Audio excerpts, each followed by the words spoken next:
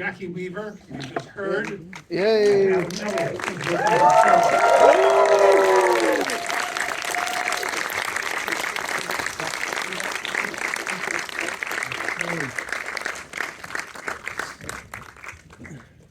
My name is Leonard Maltin. I'm very happy to be here with you today to do this. And Grace is with us as well. I forgot to mention.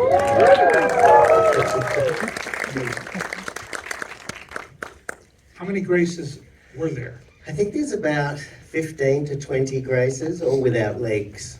Walking's too expensive, yeah. Yeah. I'm going to get closer to you. I want to talk about chasm. How's that? Much better. Right. As long as Cozier, it's that's okay. nice, yes, much cozier. Jacki, how is this presented to you as a possibility? Well, I wasn't sent I didn't even read the script before I said yes, because back home in Australia, Adam is a legend. And when I heard he wanted me in his film, I said, of course, without even reading the script. And then, of course, I read the script and thought it was beautiful. Yeah.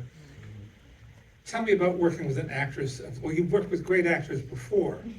I mean, an amazing roster of actors. But how do you work with your actors? Well, you know, I shut my eyes a lot when I watch all their other films. So, I mean, I knew Jacki was going to be Pinky the moment I started writing. I had Jacki's voice in my head for years. Well, and also, you know, in animation, there's always a risk you choose a very famous actor, but then sometimes their voice doesn't marry with the animation for some unknown reason. But I knew there was a simpatico right away with Jacki and Pinky. And with Sarah Snook, again, I rewatched a lot of her earlier films, These Final Hours, and of course in Australia, we're spoiled for choice. We have so many wonderful actors who then leave our shores and go and do wonderful things overseas. But Sarah and Jacki were always on my wish list, and so to get both of them was just a dream come true. And do you record them separately or together? Yes, sadly, always in separate locations. So with Jacki, we did one session here in LA while we were back in Melbourne. And then we were very lucky that Jacki came to Australia briefly. So we flew up to Sydney from Melbourne and had a few hours with her up there. What kind of direction do you give her? I mean, she's a great actress. She understands the part, obviously. And you've talked about, in general or sometimes specific terms, about what your aim is, what your goal is, and the trajectory of her character. So when you're actually recording line by line, are you directing her still? Are you saying a little more emphasis here, a little less there? A little bit, but we sort of, I like to just let my actors go. I mean, I knew that Jacki knew from the get-go that Pinky was irreverent and that there was a sort of naughtiness to her and that she liked to swear, and I knew Jacki had probably Wasn't a stretch. I knew she'd probably said a few swear words in her life. So no. I've never slept with John Denver. So there was, yeah, it was very easy. Some actors are just a breeze, but we also don't get a lot of time to really rehearse. And I mean, luckily we don't have to worry about costuming and makeup or anything like that. You can just go straight for the hard work, which is just, it is an actor in a room. It's very hard work. It's because the actors, Jacki saw a little bit of what Pinky had been doing, but it's really hard to inhabit this blob of clay and bring it to life and give it a heartbeat and a soul, and yeah. It's a miracle, really. I mean, when you think of actors depend on other actors, and Yeah, it's a bit lonely, Mm-hmm. a little bit lonely. I learned that years ago when I did 300 performances of a one-woman show. It suddenly occurred to me, I love other actors. and it is a burden having to do it by yourself. But Adam was fun. I mean, he was remote. He was thousands of miles away. But it is a bit lonely doing an animated film. Which is why, I mean, I look at some performances like a Mel Blanc, to go back to the golden age of Hollywood, alone in an unremarkable room with Chuck Jones or Tex Avery or Friz Freleng or whoever, and he has to imagine not just Bugs Bunny or Daffy Duck, but Bugs Bunny or Daffy Duck in extreme circumstances. You know, screaming, yelling, singing, and he does that. He did that, of course, for decades, and it's an art of itself, also itself, isn't it? Yeah, and also too, Jackie had to go to some very dark places too. Her monologue, which it took me many months to get Jackie's monologue exactly how I wanted it, because I didn't want it to be too dark. I wanted there to be lightness in there as well. But she really had to, you know, impart to Grace how tragic her childhood had been. And up until then, you know, Pinky is the comic relief. There's so much humour and warmth and colour. And then suddenly you find out about this past where she's been in an orphanage, and you know that she's had a really quite brutal and traumatic life. And so, but the thing, we were just talking about this backstage, and you know, Jackie did it in one take virtually. It was so I moving. offered to do it again. Yeah, I don't want to say you were easily pleased, but it was certainly working with someone that thought everything was good, I must say. Yeah, well, there's just that lovely authenticity, which I think is what I strive for with my actors, is to get a very believable performance. Because so often when actors, when they sign up to one of my films, they'll say, "What sort of voice do you want me to do?" And That's what I said. I thought he wanted a character voice. And I said, no, I want you to just be yourself. And actually, Nick Cave was a good example. Nick Cave does the voice of the Pinky's second husband who gets eaten by the crocodile. And when we got Nick Cave, he said, "Well, you know, he was very excited. He was, "Oh, I've never done this." And he said, "Oh, what sort of voice do you want me to do, Adam?" I said, no, I just want you to be Nick Cave. And he said, "Oh, how Nick Cave do you want me to be?" And I said, "Well, 10% more Nick Cave." So he did that too. And similarly with Sarah Snook, I just wanted her to be quiet and vulnerable and have this sort of shyness. And I think too, because my films are so reliant on voiceover and narration, there's a danger that they can become too present and overbearing. So we're always trying to get the performances actually down a bit and bury them in the soundscape so they're not too overt. When would you say you became aware of your voice, your artist's voice? Because you started working in your teens. When did you feel like you had a handle on what you were doing here? Well, I think I still feel like a fraud, which is probably an Australian phenomenon. Oh, yes. We have an inferiority complex, the tall poppy syndrome. Tall poppy syndrome. Yeah, we have all these wonderful things for our self-esteem. And but I think I started to realise that my films were different, because, you know, as a teenager and a young adult, I was trying to be the same as everyone else and just fit in.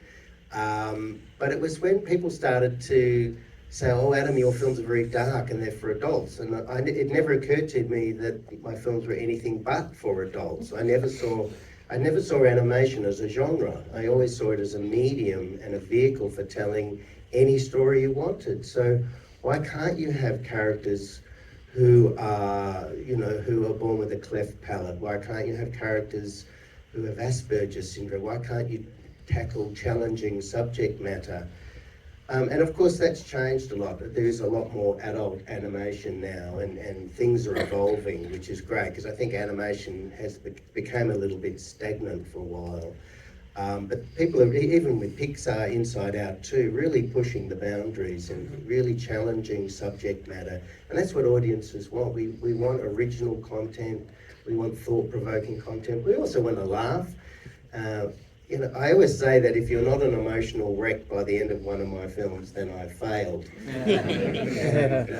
My father was a vaudevillian clown, and he always said to me, Adam, you've got to do two things: make them laugh, make them cry. And that's it. Well, you followed his advice well. It's a real experience going through one of your films, because it's an emotional roller coaster, which has stood you in good stead. It won you an Academy Award, and it's brought you here. And I wonder how do you step back and take a look at your own work as you're doing it? What gives you some professional distance from the work? It is hard to be objective, and I still have trouble watching the film myself. I just see all the mistakes and things I wished I could redo. But I think now that I'm 52, and years ago I was very worried that, when I left film school in 1996, I was told that cinema was a dying art form, and that even stop motion would be gone soon, and CGI would take over. But I think we're drowning in CGI now, and there's a real appreciation for animation that is handcrafted. Sure. And we really celebrate the fingerprints on the clay, particularly now with AI on the horizon. There's a real fear of this digitization of everything becoming synthetic. And so, during lockdown, it was amazing how many people took up knitting, bread making, and art suppliers did a booming trade because everyone was making stuff at home, and that was really heartwarming.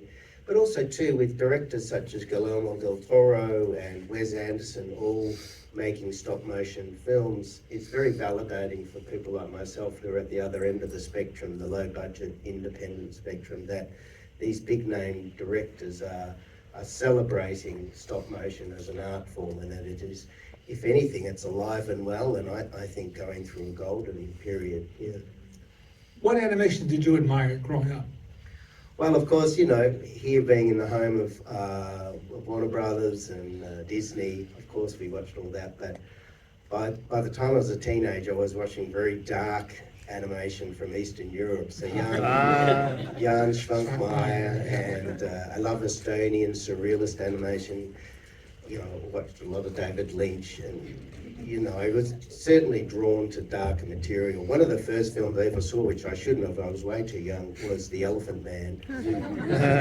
And I came out of that thing, oh yes, I just want to do black and white films.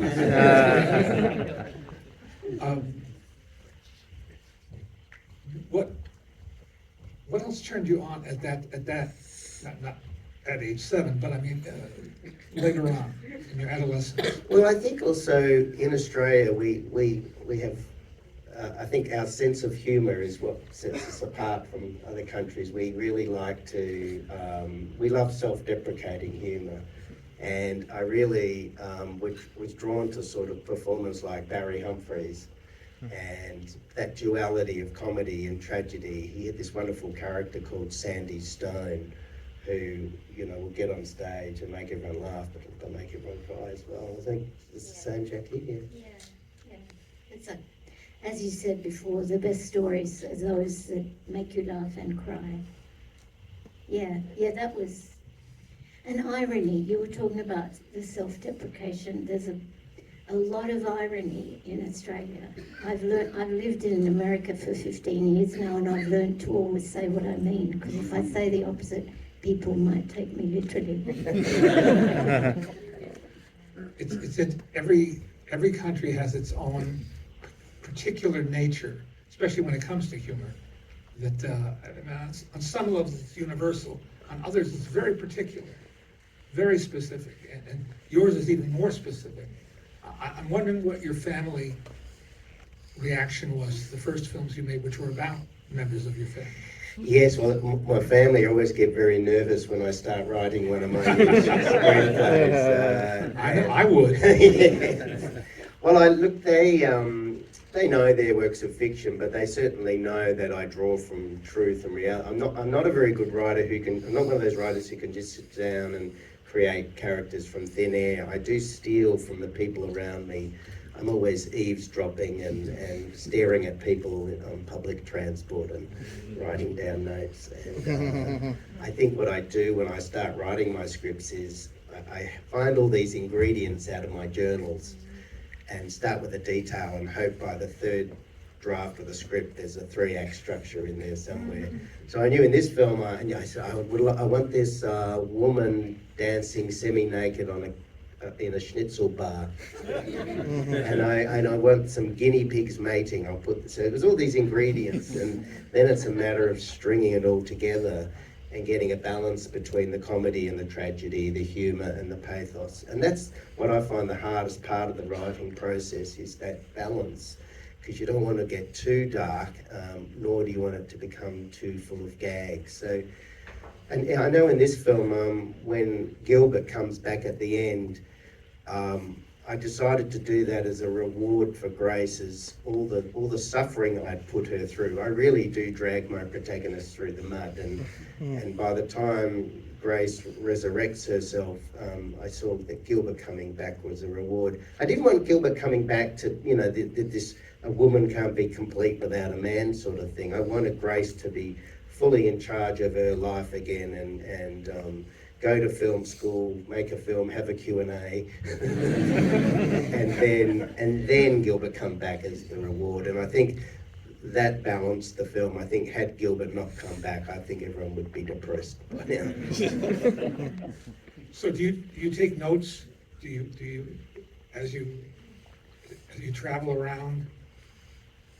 Yeah, I'm a human observing? sponge. Yeah. Okay. Like a lot of writers, Sure. I'm always stealing from people around me. But I have notebooks going back 3 decades, and the trouble is stop motion is so slow that actually I was giving a talk to some little kids a few years ago, and one little boy put up his hand. He said, "How long does it take you to make a film?" I said, "Oh, between about 5 and 10 years." I said, "Any other questions?" And this little girl put up her hand and she said, "Well, if it takes you that long to make your films, I've worked out you've only got 2 left." That's cool. I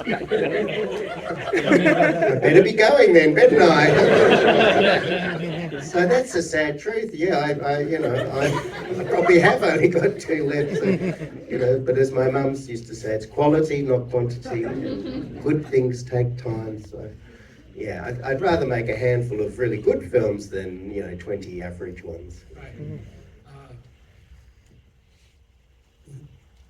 Why have you not adopted some of the new technology that wouldn't take away from your actual animation of your character, but would help maybe fill in some of the gaps? Yeah, it's a great question. We get asked that a lot. Is there's so many wonderful tools now. For example, all the fire in the film we could have done with CGI, digital flames, but we chose to use yellow cellophane, and all the cigarette smoke is cotton wool.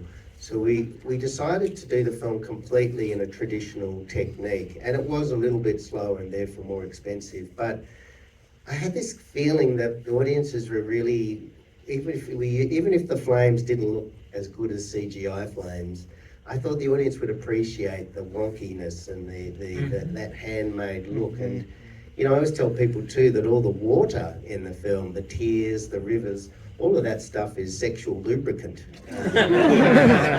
So we use stuff that you buy at hardware stores and pharmacies. It's all stuff that anybody can use. And the great thing is now that filmmaking has become so egalitarian that little kids are sending me their animated films that they've done themselves on their iPads and phones and Legos and it's wonderful to see stop motion. When I was a kid, everything was on film. It was 16mm, and you were using your Bolex camera, and you had to save up your money just to get a roll of film developed. Sure. And now it's so much more accessible. Maybe too accessible. There aren't many Adam Elliots out there, I suspect. You put your, not only literally put your fingerprints on your characters, but your films are unmistakably yours. You work with the team naturally, and actors, of course, as well. But your films are your films, and that's what I admire most. Is that they speak in your voice. So congratulations on the latest, and you've got more than 2 to go. Yeah. Thanks, man. Thank you, man. Thank you. Thank you, Adam. Thank you, Jacki.